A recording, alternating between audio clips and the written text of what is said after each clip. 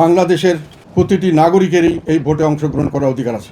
আওয়ামী লীগ করতো কোনো সময় সমর্থক ছিল, আওয়ামী লীগ এখন দলে সে নাই, বা আওয়ামী লীগের কোনো প্রার্থী নাই, তাকে পথে ঘাটে যেখানে সেখানে দেখলে, আওয়ামী লীগ দেখলেই তাকে ধরা হচ্ছে, ছাত্রলীগ দেখলেই তাকে ধরা হচ্ছে, এবং তাদের উপর অমানবিক অত্যাচার করা হচ্ছে, মদ দিয়ে পিটিয়ে মারে ফেলা হচ্ছে, অথবা তাদেরকে পুলিশে দেওয়া হচ্ছে এবং তাদেরকে মামলায় আসামি করে তাদেরকে আটক করে রাখা, তাদের কোনো জামিন দেওয়া হচ্ছে না। এটা দেখে আমার মনে হয়েছে যে ফ্যাসিস্ট বলছে না হাসিনা সরকারকে, এখন এই সরকার বা এই সরকারের নিয়োগকর্তা এবং এই সরকারের যারা অভিভাবক, ফ্যাসিজমের পরে আর একটা জিনিস আসছে, সেটা হলো নাজিজম, যেটা মুসোলিনি করেছিল ন্যাশনাল ফ্যাসিস্ট পার্টি, সেটাকে তারা বলছে সেই এখন হচ্ছে জার্মানিতে করেছিল একটা নাজিজম, এটা অ্যাডলফ হিটলার করেছিল, সেই নাজির মতো কারবার করছে। নাজিজম যেটা হিটলারের পার্টি, নাজি পার্টির প্রথমে তাদের যারা বিরোধিতা করতো তাদের প্রথমে তারা শুরু করলো ধরা ইহুদিদেরকে ধরে তারা দিয়ে একটা করে জেলে দেওয়া, তারপরে আস্তে আস্তে মেরে ফেলার ব্যবস্থা করছে।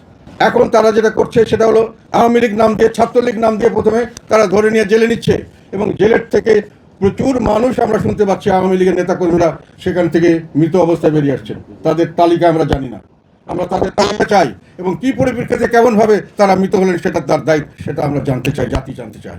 তাদেরকে ধরে নেওয়া হচ্ছে, ফলস মামলা দিয়ে আটক করে রাখা হচ্ছে, এবং এটা ঠিক নাজিরা এটাই কাজ করতো। প্রথমে ইহুদিদেরকে ধরলো, তারপরে যখন ইহুদিদের ধরলো তখন যারা লিবারালস ছিল তারা মনে করলো ইহুদিদের ধরছে, আমাদের তো ধরবে না। তারপরে যখন হিটলার লিবারালসদের ধরলো তখন সোশ্যালিস্টে বললো লিবারালস ধরছে, আমাদেরকে কিছু করছে না। তখন যখন লিবারালসদেরকে ধরছে তখন অন্য সবাই বলছে আমি তো হিটলারের পক্ষের পার্টি নই, আমাকে এখন ধরলে কে আমাকে রক্ষা করবে।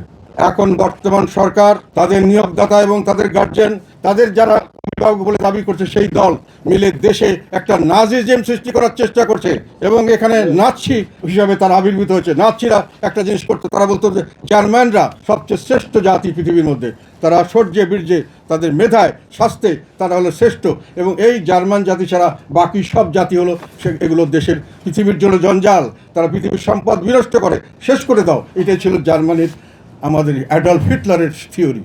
ওই থিওরি অনুযায়ী উনি সারা বিশ্ব জয় করে সমস্ত লোককে মেরে তার শুধু জার্মান ব্লাড এখানে রাখবে, সেই বিষয়ে আমরা লক্ষ্য করছি বর্তমান সরকারের মধ্যে সেই বিষয়টি এসে গেছে।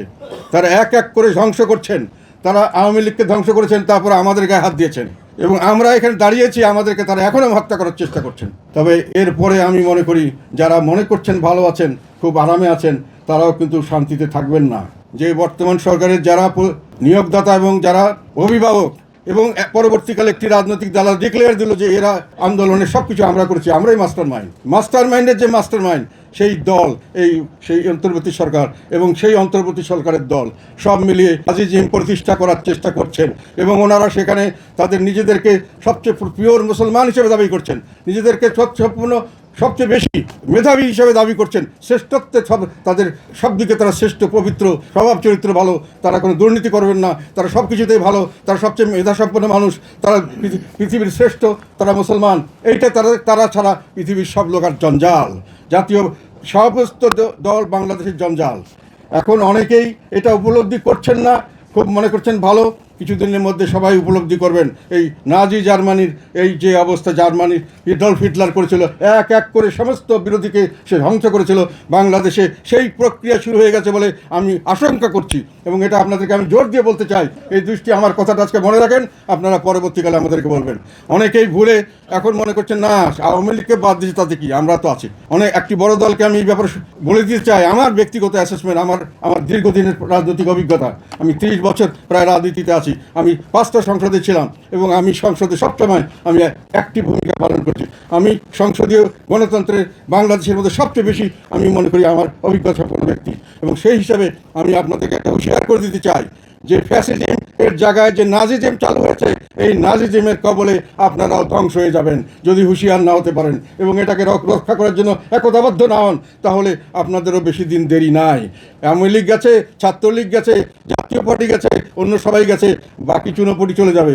বিরোধিতা করবার জন্য যেটা আপনারা মনে করছেন, সেই বিরোধিতার জায়গায় আপনারা থাকতে পারবেন কিনা আমি নিজে এই ব্যাপারে সন্দিহান, এবং আমি এখানে আশঙ্কা প্রকাশ করছি যে এখনই সাবধান হন। অ্যাডলফ হিটলারকে ঠেকাতে হবে, এবং এই অ্যাডলফ হিটলারের নতুন যে নাজি, এদেরকে ঠেকাতে হবে সামনের দিকে দলবদ্ধভাবে, সকলে মিলে যদি ঠেকানো না যায়, সবাইকে জঞ্জাল হিসেবে তারা আমাদেরকে পৃথিবী থেকে বিদায় করার বন্দোবস্ত, শুধু রাজনীতি থেকে নয়, আপনারা পরবর্তীকালে জঞ্জাল হিসেবে বাংলাদেশে বেঁচে থাকতে হবে।